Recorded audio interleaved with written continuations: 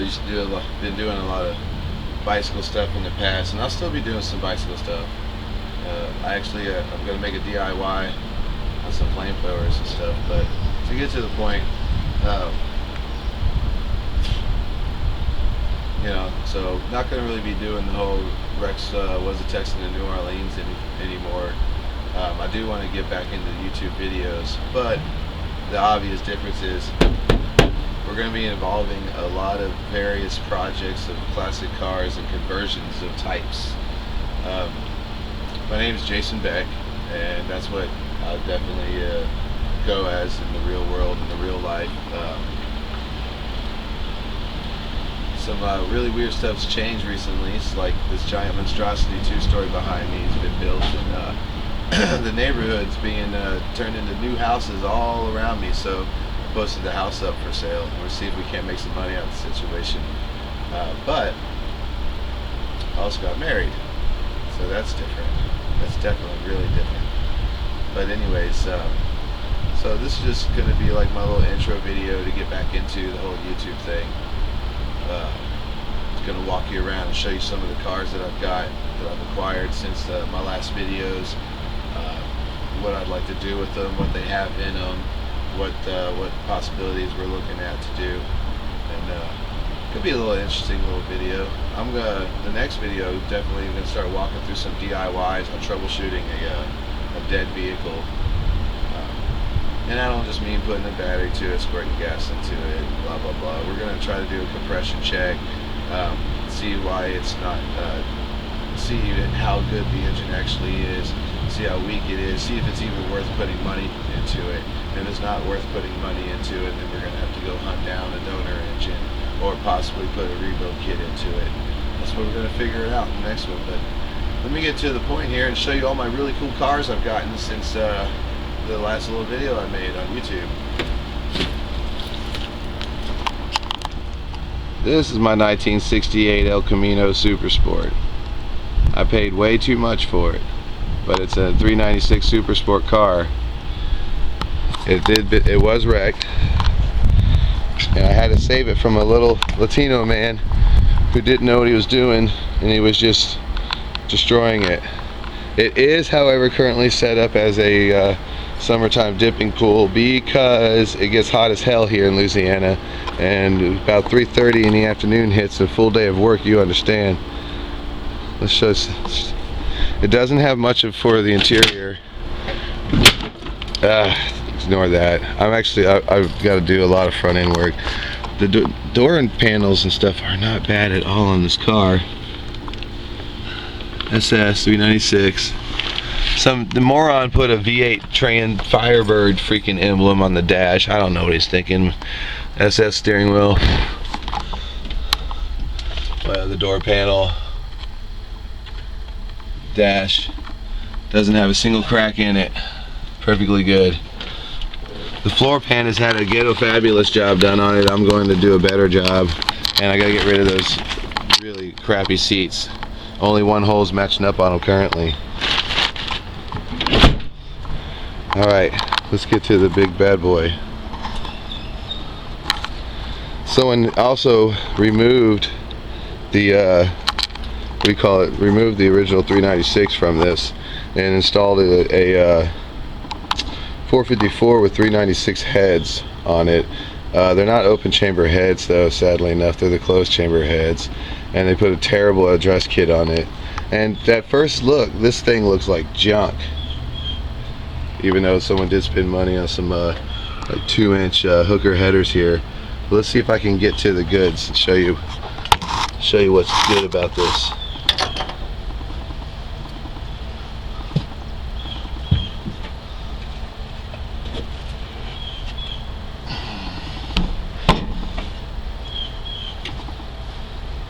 So you notice the motor, it has been run, it has had some water set in it. The water jack is like crap.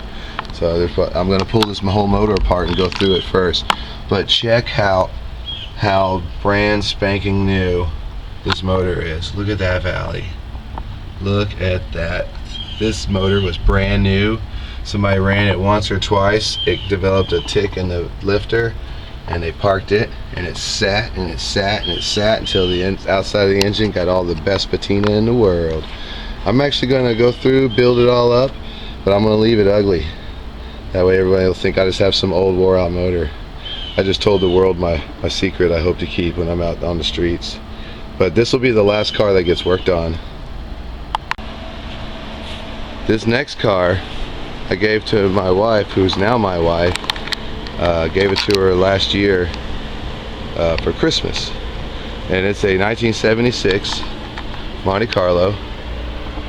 And it runs and drives and all that good jazz. But you're probably wondering, well then why is the bumper and the front nose and the headlights are off? Well, that's because we're taking the body off of this chassis and we're putting it on that 1995 Tahoe with a 6-inch lift, 22s, and God knows what size tires those are. This Tahoe runs and drives. It's just a TBI 350. It's 4-wheel drive, and the wheelbase is only an inch and a half different than the Monte Carlo.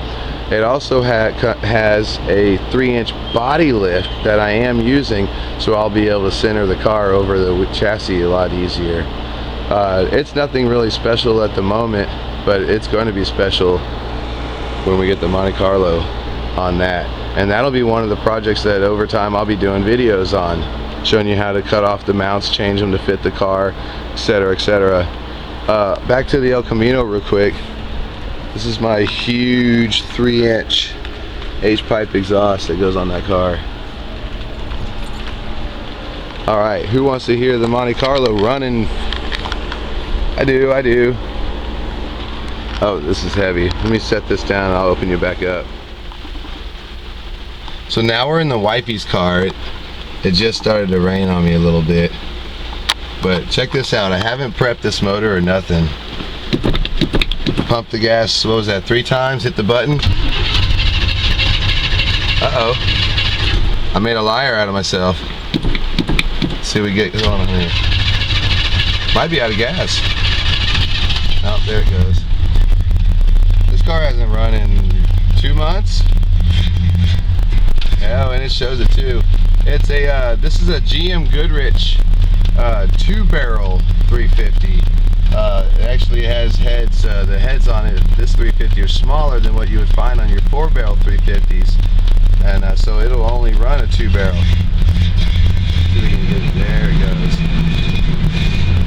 Yeah, don't want to push it too hard, but I was hoping that I was going to get to show you the motor. It's got original paint on it with the GM Goodrich sticker still on there. The idea is when we pull this body off of this car, off of this chassis, sorry, and put it on that one, that we were going to take this engine and this transmission and I'm going to rebuild it. I got a set of 400 heads in the back, and we're going to rebuild it so we can just find something randomly on Craigslist to stab it in. So that'll be another project that we're going to try to hopefully film and get done by this year, as well as you'll get to see me cut what I need off of this chassis. I know it's all like, oh, don't cut that, don't cut that, but the reason why is the car has already like been totally rigged together back with Bondo and galvanized metal on the back, which is why we're also going to put a station wagon roof on this car if we can, because it's just utter crap.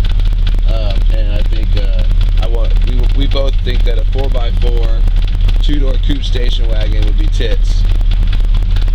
Come on, car. This was something I always loved. Look at this econometer. It's a vacuum line, and whenever you get up on the gas, if it pulls too much, you see it. Whenever you rev on it, the vacuum pulls, and it tells you if you're pulling too much vacuum, meaning to let off the gas, you're using too much gas. So you can use this gauge and feather on the pedal, and see, you're fine. Or you can romp on it, of course. So, oh, this thing's got a wicked little dual exhaust on it. But I guess it's raining, so we're gonna have to finish up this video when it stops. And the rain stopped. Let's fire this thing up, check it out on the hood.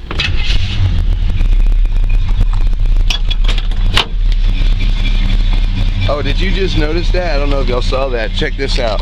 Stratus bucket seats. They rotate so that you can get out of the car easier. Is that not awesome? This one doesn't lock anymore. And the passenger side is actually inside being used as a seat in the TV room. So somebody lost the valve cover and replaced it with this crappy chrome one. I wish they would have had the actual BF Goodrich valve covers with the sticker and the paint. Just a little 2-barrel, but this thing runs like a top for its age.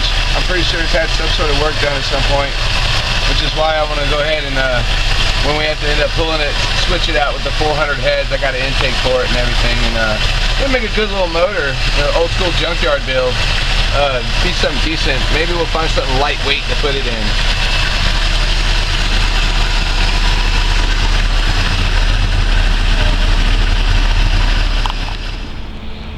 And now we get to my pride and joy. Wait, that's not it. That's just some stupid Cadillac I have to put fuel injectors in. There it is. Oh, that's my bitch right there. So this started off as a 4.3 liter Vortec V6 van. I'm sure y'all have seen it before in other videos where we're going to Lafayette to get bicycles. I've got the grill and the bumper and everything put up right now because let me show you what I've been doing. I think you guys are gonna love this. A big improvement amongst from the V6. Give me a second. Are you ready, little guy? Are you really that happy? I'm happy. You want to know what makes me happy? This is what makes me happy. So I've picked up a 1988 Chevy Longblock. It's just stock factory for now.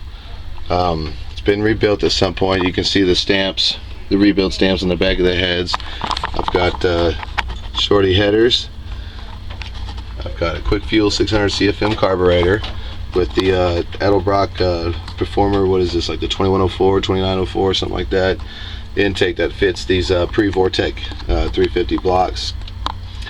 I'm still got the old transmission that's just electronically controlled, but I just recently learned about swapping out hydraulic valve bodies with electronic valve bodies in order to convert it back into just a regular 700 R4. I'll be doing a video on that in the future, as well as doing videos on finishing this thing up. This isn't going to be a monster, but it ought to be pretty deep, pretty decent though. Let me walk you around and show you what I did in the front that I think is real interesting.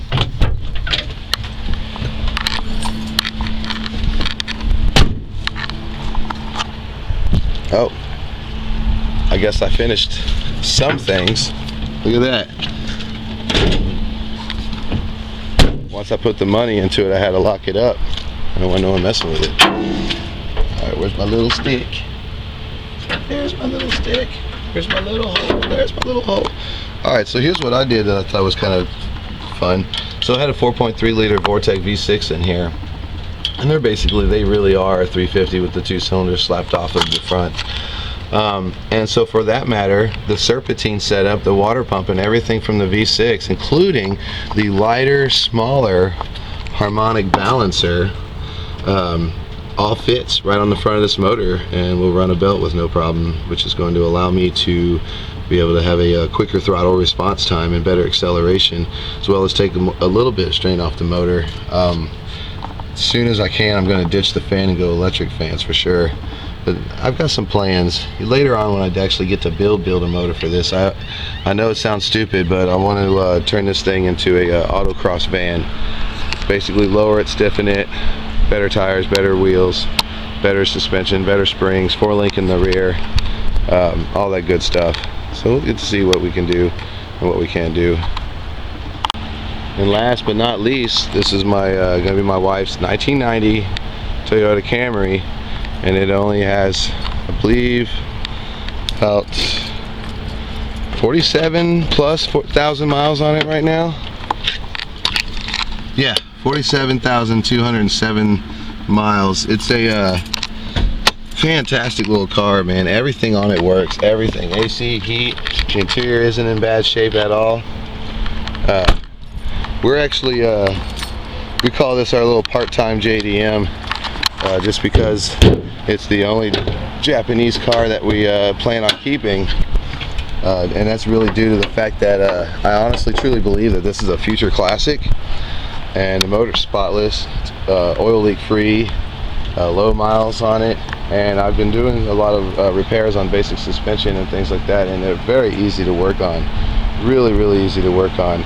So the plan for this is to turn this into a rally car with a light bar in the front, lights, coilovers to raise it up, some chunky tires all the way around it. We're going to do a snorkel to come up out the hood, come up the windshield rail here and have the cone up there. And what I have done already, since the other exhaust rotted out, I have replaced the factory exhaust. It's got a straight pipe back, no catalytic converter, and that is actually a Flowmaster for a big truck, and I reduced it on the other side from 3" to 2". It sounds surprisingly good for what the car is.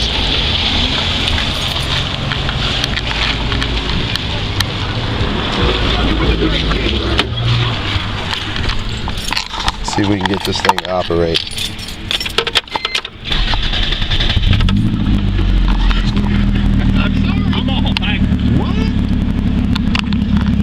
Yeah, if you like to follow people on Instagram, you can follow me at Instagram at BeckBuilt7904. Got that nice little rumble going. And this is where I show pictures of all my processes of doing this stuff as well. See if I can't get a little noise out of this.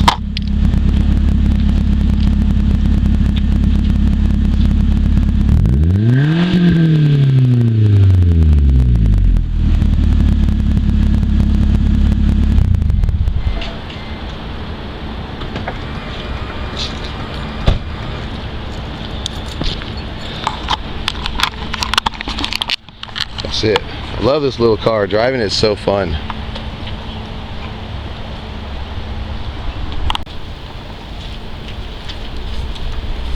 Oh man, this is why they say don't ever buy a car in the rain. Look how good that looks.